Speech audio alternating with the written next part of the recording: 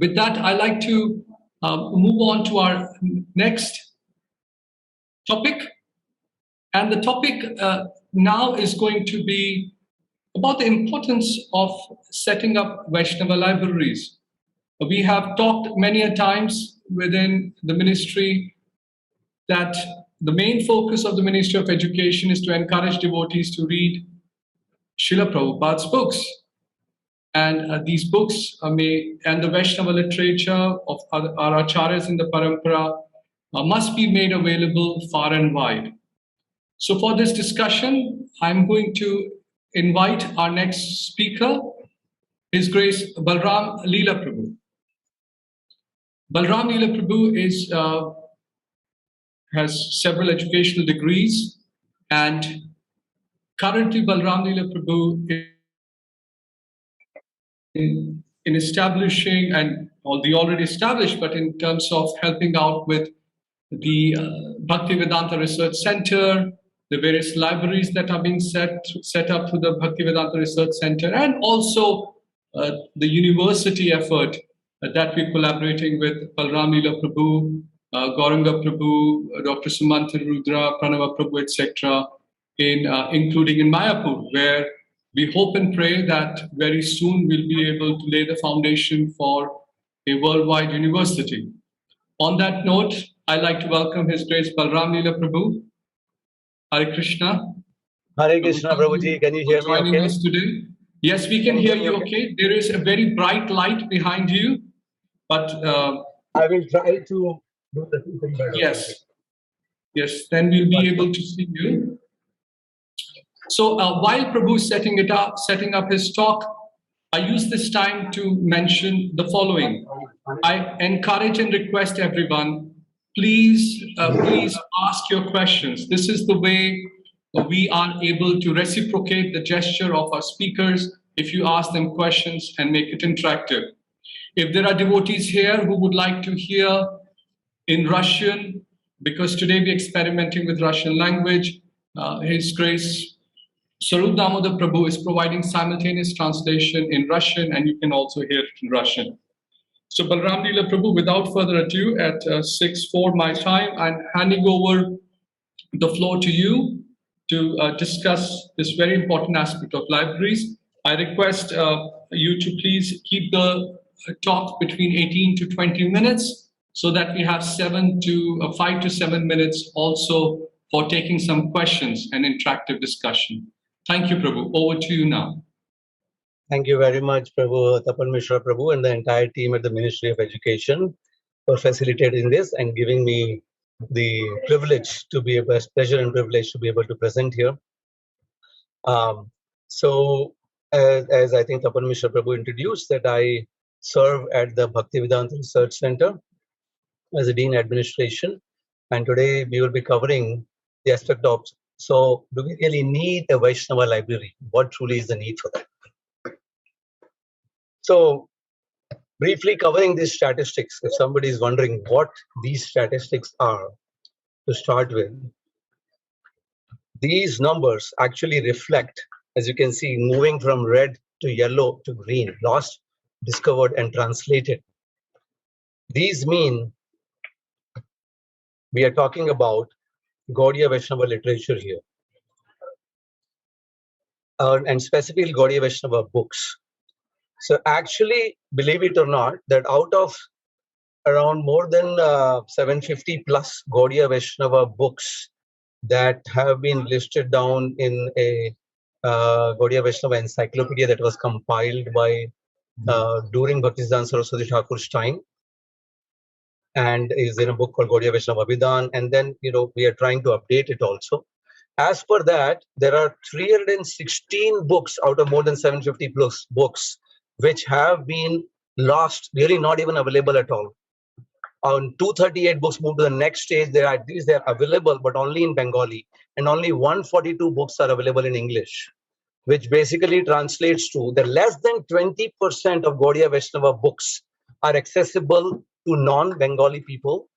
And actually, if you include journals, then that would translate to less than 10%. So there's a huge set of journals which even Bhaktisiddhanta Saraswati Thakur, Bhaktivinoda Thakur used to have written, which have never been translated into English. They lie at the Bhaktivedanta Research Center. So imagine less than 10% is currently available to us in English, and actually more than 40% is probably lost forever, not even available in Bengali or Sanskrit. So this is the current state of Gaudiya Vaishnava literature. Here we are not talking about the larger Vedic heritage, which is also not in a good shape, but just even Gaudiya Vaishnava literature is currently largely lost. And so what we did was we basically compiled all of this in an Excel sheet.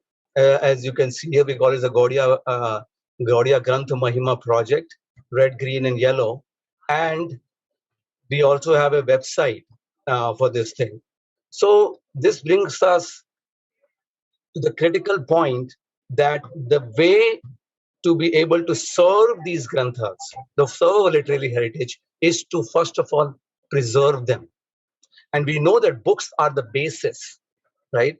Prabhupada said it so many times, but the books also need a basis themselves. And that basis, that physical base for it, and actually the one you can say the digital base for it, is a library. So without the presence of a library, we will not be able to preserve this knowledge. In more and more places that are there, the library, where more libraries are there across the nation, across the world, that these literary heritage would truly be preserved. Actually, even in terms of Vedic heritage, also the National Manuscript Mission of India says that only 10% of the 4 crore manuscripts of 40 million manuscripts in India are digitized right now. Only 10%. So 90% is likely to get lost. Very similar to what we found in the even Gaudiya Vaishnava heritage. So we need to preserve them. That's the first message. And for that, we need a library, a place where it can be preserved. And this tradition of preservation is not what we are talking about now. It was started by the 6 Goswamis themselves. The 6 Goswamis who were sent to Vrindavan to research Vedic literature. Later on, they established a library in the Radha Damodar temple. This is Jiva Goswami established a library in Radha Damodar temple. And that library currently exists in the Vrindavan Research Institute. It was transferred over to the Vrindavan Research Institute. This is known as Indradumna Swami Maharaj. Just a couple of weeks back, he visited that institute and saw all these rare handwritings and rare books of our acharyas. The same tradition continued later on. There was a big library which Srila Bhaktisiddhanta Saraswati Thakur Prabhupada had himself, of more than 2380 books and more than 70,000 plus pages of journals and newspapers. This library, by Lord's grace, is now in the BRC, the Bhaktivedanta Research Center, Kolkata. And we see that how Bhaktivedanta Saraswati Thakur was preserving this library. Just a brief glimpse into the library. It was preserved by Srila Sundaranda Vidya Vinod, who was chief editor and senior disciple of Bhaktivedanta Saraswati Thakur Prabhupada. And this library was given to us by Bodhayan Swami Maharaj from Gopinath Gaudiya Mutt in 2009. And just to show you the length of the breadth of the books, the length and the breadth, the entire expanse of the journals and the books which were there, about 28 journals were there in Bhaktisiddhanta Saraswati Thakur's library. So this is the Daily Nadya Prakash, Gaudiya, Sajjana Toshani, Harmonist. So these are 28 different journals. And just to show you, we had to do a lot of work in the Bhaktivedanta Research Center to preserve the Daily Nadya Prakash, which otherwise would have been lost for good. So this was scanning, which was done of it. Then it was complete lamination done. Over 2 years were spent on this particular effort. This was the status before. Now this is the status later on. After the Nadya Prakash, 40,000 plus pages were scanned, 8 pages per issue of this daily newspaper, 5,000 plus issues. While it was published from 1927 to 1947, these 5,000 plus issues were published, and this now bound in 62 volumes in the Bhaktivedanta Research Center, Kolkata. And then so many other journals, many of these by at least Bhakti Vinod Thakur, Bhaktisiddhanta Saraswati Thakur, they all were preserved because there was a library which Bhaktisiddhanta Saraswati Thakur was keeping, which is now with us. And all these books we have divided into different sections. I'll quickly go through them in the lack of time. But just to show you the expanse of what kind of books Bhaktivedanta Swami Thakur himself was studying, from Bhagavatam, Mahabharata, Ramayana, Vishwakosh, Vyakaran, Puranas, Tantras, and books from the other four sampradayas, books on holy name, pilgrimages, devotees of the world. And then coming down to even Srila Prabhupada, this is Srila Prabhupada visiting the youngest son of Bhakti Vinod Thakur, Srila Lalit Prasad Thakur in Birnagar, West Bengal. And when he visited there, he said, we need to preserve all of the ancient and original handwritings of Bhakti Vinod Thakur and other Vaisnava acharyas. They should be there so that people can see the actual handwriting and words of such great saintly persons. Treat this matter very seriously and thoroughly. Take all precautions to guard them. What is that expense? So Prabhupada, and so he instructed Yadubar Prabhu, photograph all the pages, never mind Bengali or English. They are very priceless, a great treasure house of Vaishnava lore. So important it was to do this. And then we actually had gone to Birnagar and preserved this literature which Prabhupada wanted to preserve, which could not be preserved earlier. Completely, they were trimmed, binded, laminated, and so many other original letters of Prabhupada, Navdeep Mahatmaya, Twalikhita Jivani, of Bhakti Vinod Thakur's autobiography, the original handwritten Gaura Arti.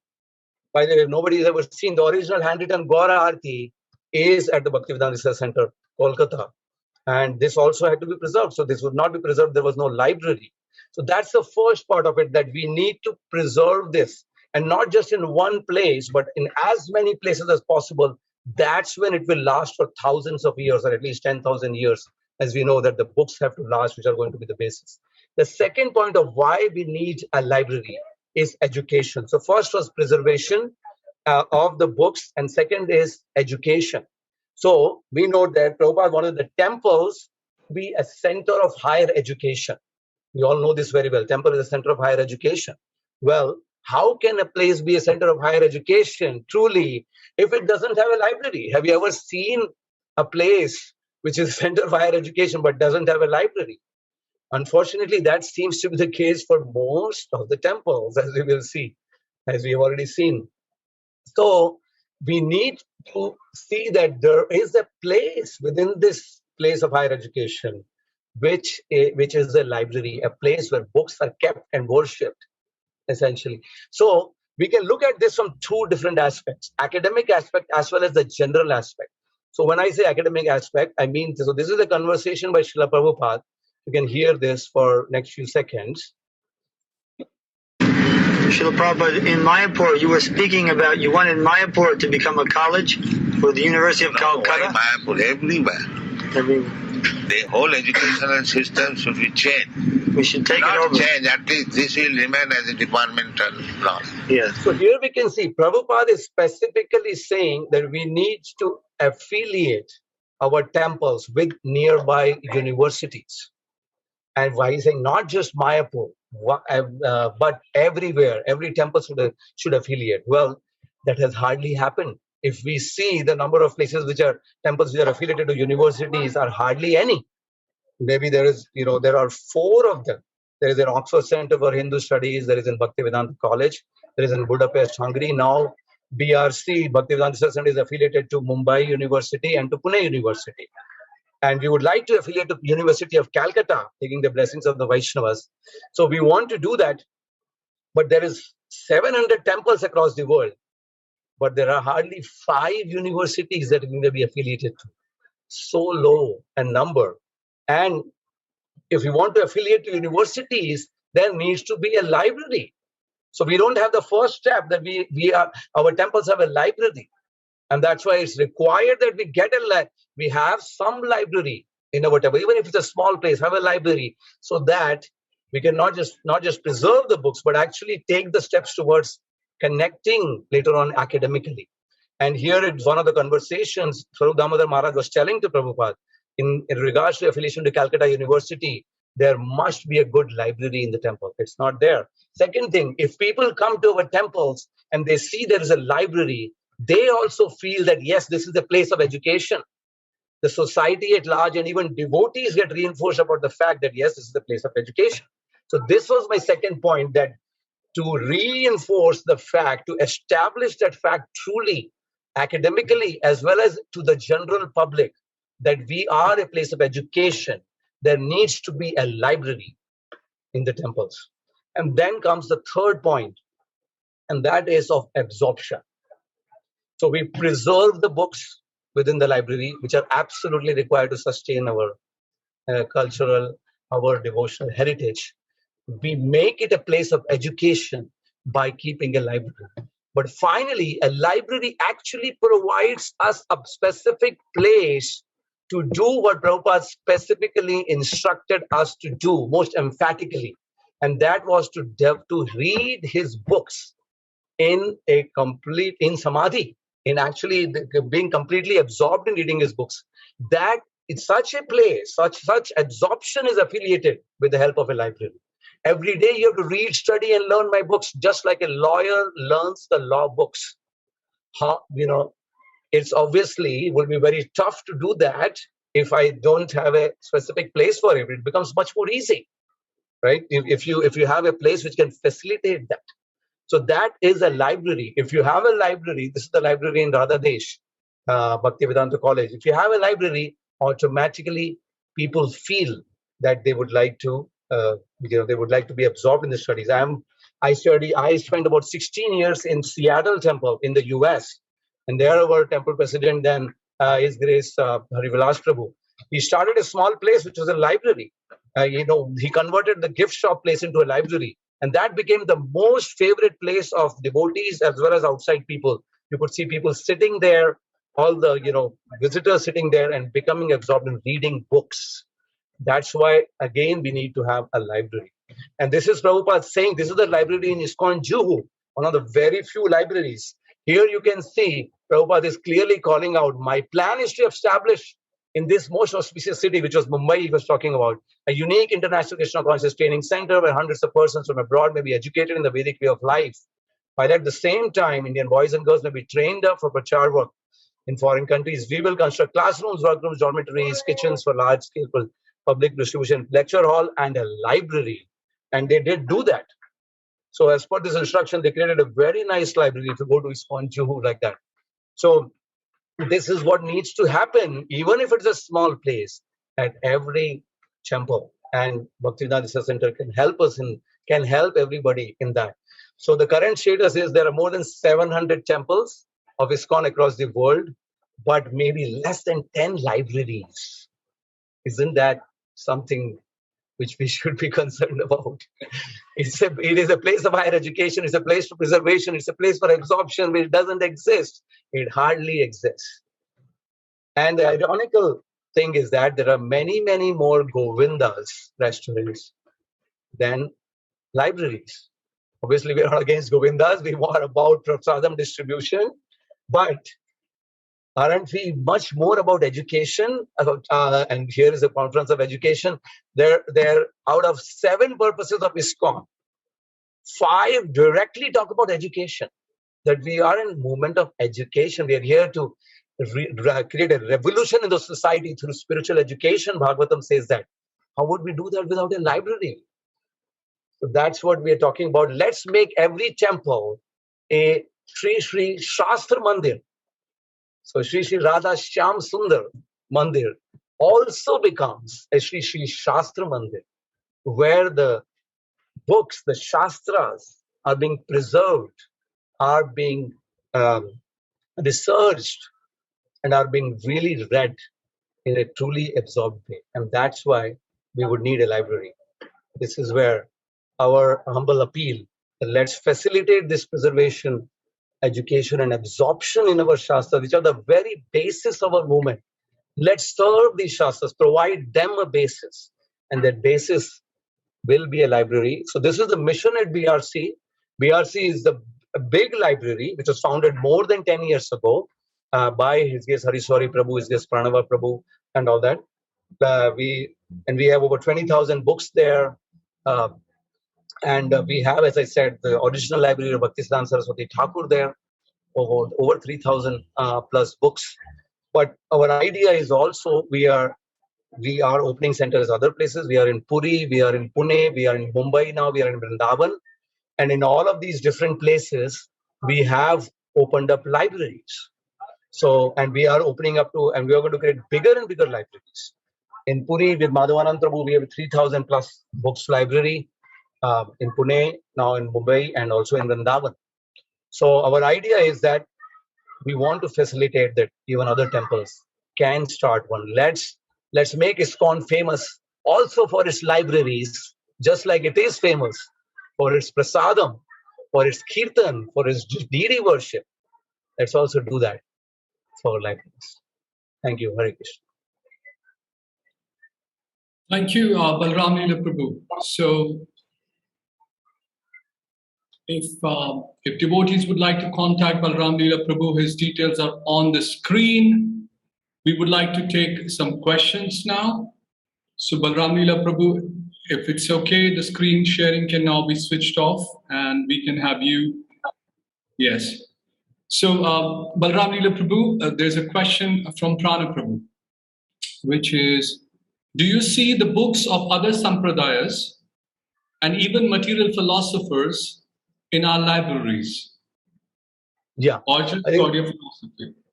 Yeah, there is actually a quote by Ravindra Swarup Prabhu. I was trying to look for it, I could not find it. There were discussions with Prabhupada on that, and Prabhupada allowed that there can be books of other sampradaya, definitely other sampradayas. There's no question about that. But even the other ones could be there. Especially, that would be required. Especially if you're going to affiliate academically, then sometimes that is a requirement, and so you can't really even avoid it. But whether all the libraries necessarily need to have them, that may not be required. But at least obviously the Gaudiya Vaishnava literature, all other Vaishnava literature, all so much Vedic literature, Prabhupada specifically allowed definitely even Shankaracharya's books to be kept in the libraries. And anything else, I think, as we have heard, is if you really need to affiliate academically, there are certain things you have to keep, then you keep it. Thank you for that question. The next question is, how can devotees worldwide get access to digitized copies of ancient preserved works? Is there an online catalog? Oh yes, this is one slide that I missed. Thank you. This is one slide I thought of and I missed in the end. There is an online library on brcindia.com. You have an online library. You can go and check the catalog there, and you can write to us at library@brcindia.com. That thing which I had, the email address that I had mentioned, and we would be able to share with you the books that you may need. We have we do massive work on digitization of the books, and this is it's the digital age. So there's it's nothing about physical is obviously always there, but the online library and digital thing is very important. Thank you. The next question is, what about other religions? May I please request that currently there only be the current speaker? Yeah, thank you. What about other religion or books on ethic or philosophy or psychology? Minutely. I'm sorry, can you repeat that question, Prabhu? What about other religions, books of other religion, book on ethic or philosophy or psychology? Yes, absolutely. As I said, well, BRC definitely does have that. And as you know, ISKCON nowadays does even so much interfaith work, etc. And there is a letter by Srila Prabhupada where he actually instructed Giriraj Maharaj in 1969 to do a study of comparative religion, of comparative study of all theological schools. Right, way back in 1969, even at the start of our movement, he gave that instruction. So there is a lot that can be we can do in this field of education if we can do a comparative study of other religious traditions. So obviously, keeping some of those books, etc., would be helpful. So again, as I said, depends on how not every devotee has to study all of those things.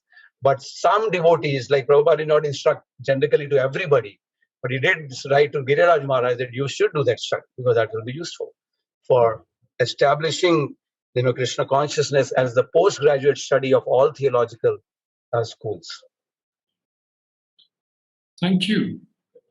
Thank you, Balaram, Lila Prabhu. So clearly, the question in point from, it's a great effort. We are grateful to the current team of BRC, Balaram, Lila Prabhu, Gauranga Prabhu, and other devotees who are serving. But we also remain very grateful to His Grace Harishwari Prabhu.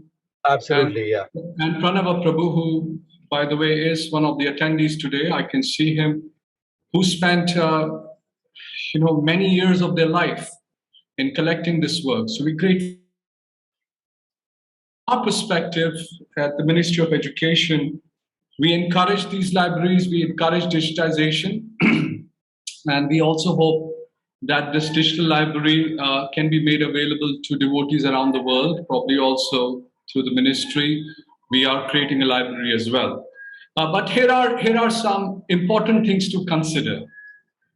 The important things to consider is often when Srila Prabhupada, because we heard so much about libraries, and this is important, but let's get things see things from another perspective.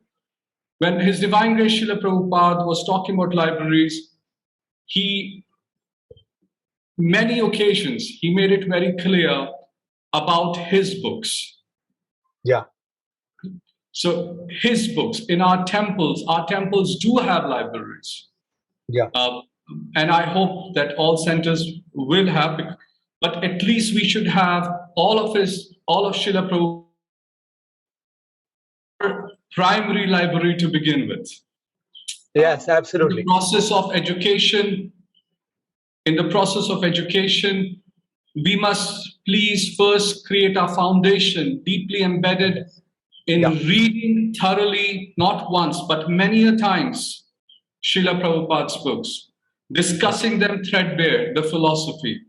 And then there are centers of excellence as are being established by the BRCs, certainly in prominent locations like Vrindavan, Mumbai, Puri. Probably in future, we are very shortly also looking at Mayapur in terms of our process for establishing a university here, and few other locations where, as Balaram can engage in this, devotees who thoroughly read. But please don't get completely overwhelmed that, we don't have it. We do have. And if you are in different locations of the world in different languages, please also have Srila Prabhupada's books in different languages. If you're in a metropolitan city where people are speaking different languages, let's say in London or you're in New York, try to have a wider library with many languages because you just have so many different demographics there. So that's where our foundation will begin. Yes, can I make a quick point here? Just take you back. Excellent. Thank you for adding up those excellent points. Just a quick point here. The point I was trying to make here, yes, as I said, to just reading Prabhupada's books, people will go back. People will go back to God, and there's absolutely no doubt about that. The point is that in the temples, we are encouraging the temples.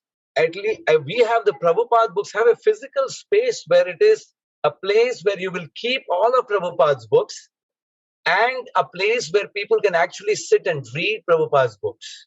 And that may not be, that's the thing which is missing in most of the temples. I understand that. That's the point. That's the point we were making, that there must be. That's a library, Prabhupada library, that's it. You don't need to have other Sampradayas books. We don't need any of those other books. We don't necessarily need, only Prabhupada's books in one physical place will do it all. We do not have this dichotomy of what is needed, what is not. I was just simply stating that we should have a foundation of Srila Prabhupada's books and build on that foundation. Yes, absolutely. Every center must have a full set of Srila Prabhupada's books, and don't just have it. Don't just preserve it. As Prabhu pointed out, please read them, educate themselves. and then build on it. If there is a space, if there is a sanctified space for Prabhupada's books, as Yes. Prabhu just mentioned, and then we have the digital library from BRC. You can give access for those devotees who want to refer to other writings of our acharyas to the digital library. You can even make copies if you're willing to make some donation. I encourage you to do that to the BRC, and I'm sure they will facilitate you to make certain physical copies in a specialized way for these granthas, and you can carry from the writings of the acharyas. So on that note, Balaram, Lila, Prabhu, thank you for joining us today and for sharing with us the importance of libraries.